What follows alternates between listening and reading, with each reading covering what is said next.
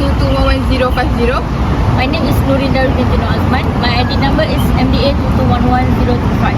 And my name is Puteri binti Muhammad Syazama, and my number ID is MDA22111027. Okay, hi everyone. Today we are going to talk about the legal issue in the Ohana enterprise. Okay, let's go.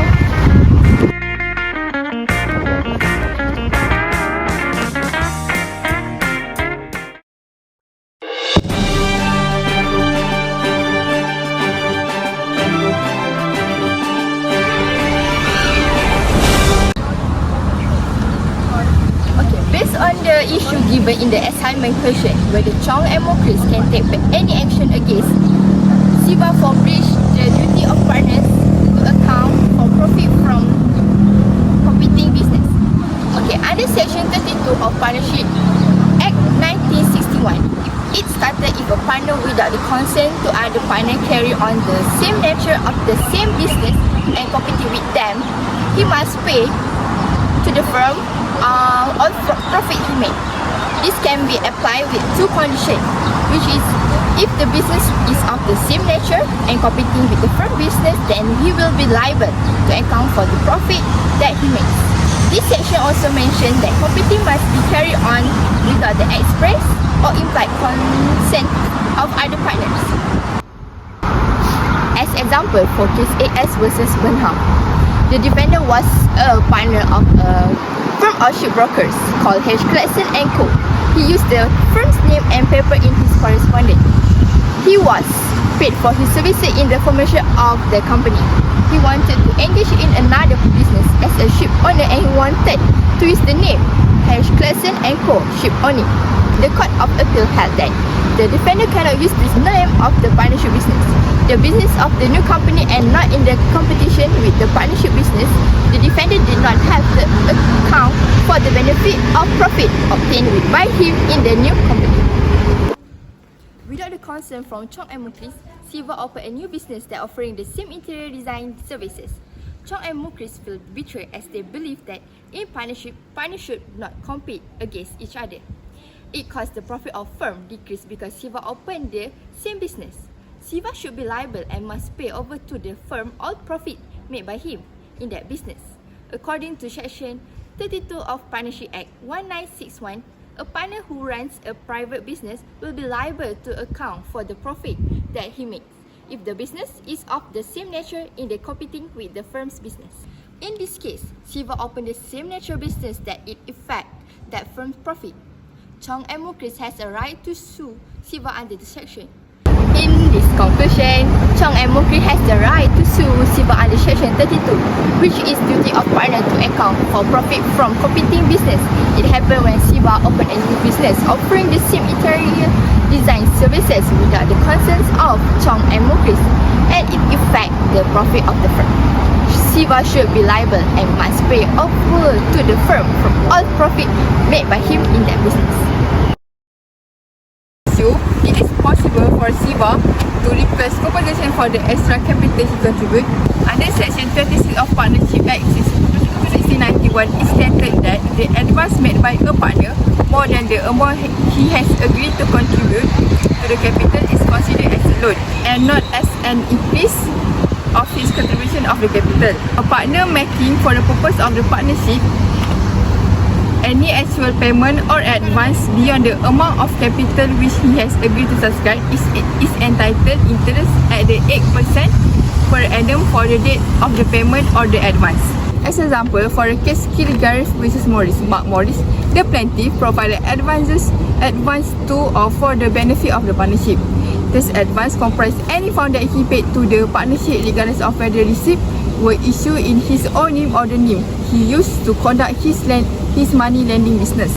In addition to the amount of capital he promised to contribute as of the date of making the loans, the plaintiff, Mark Morris, was entitled to interest at the rate of 8% annually on all advance he made and for the benefit of partnership.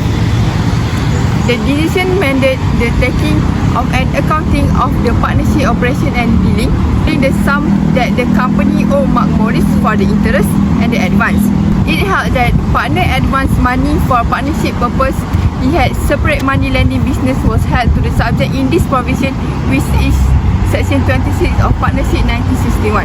They started turning a healthy profit after a years of their cooperation becoming well-known. As Siva revenue grew over time, Siva made the decision to increase his capital contribution to the partnership.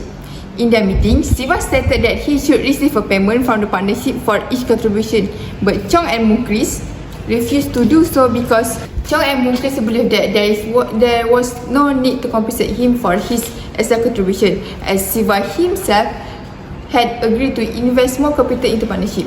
According to the Section 26C of Partnership Act 1961, any extra capital that contribute treated as a loan, Siva can request for the compensation as the extra capital was a loan for the amount that have been stated in the partnership agreement. In conclusion, Siva has tried to receive the interest for each extra capital to the partnership under Section 26C that stated any actual payment or advance beyond the amount of capital which he had agreed to subscribe is entitled to payment that has been stated to the agreement for the date of the payment or advance. Chong and Mukris need to pay Siva the interest because he has the right on it.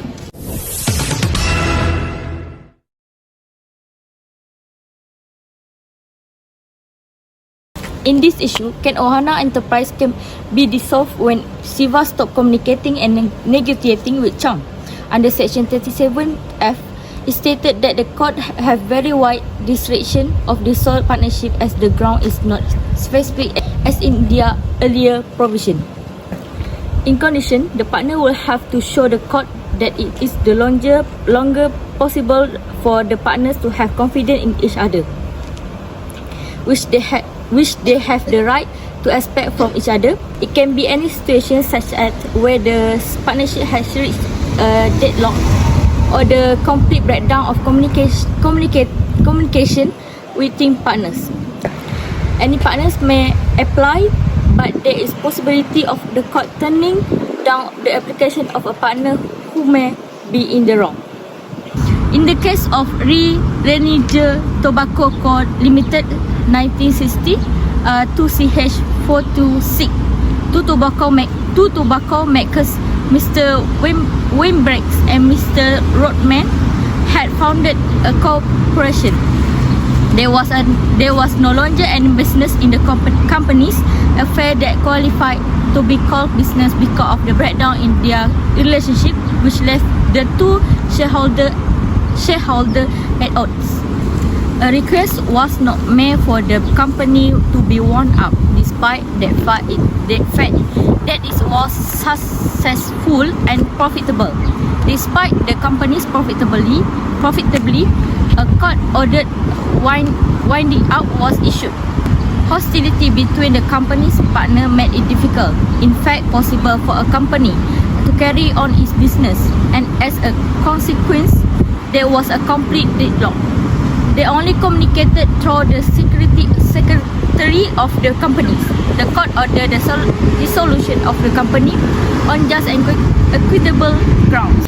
In this issue, Siva stopped communicating with Chong and Mukris because they refused to pay him the interest which is entitled for contributing more capital for the partnership. This disagreement began causing financial losses for their business, as they struggled to reach mutual decision on certain contract. This situation became worse over the years.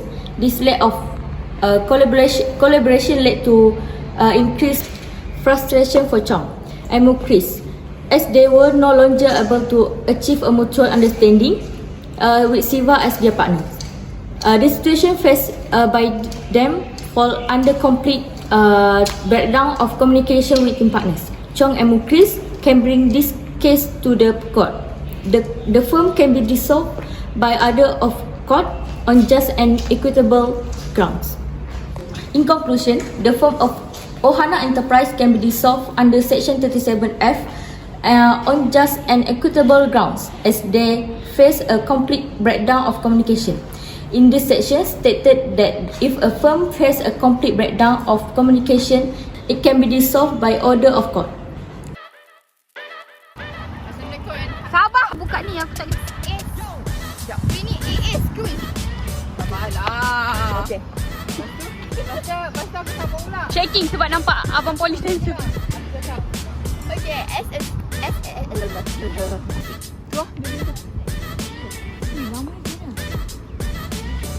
by the prop.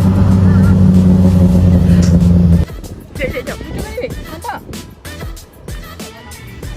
Tak ada suara aku Kau mikir. Okay, that's all. Thank you. Bye. It's a wrap.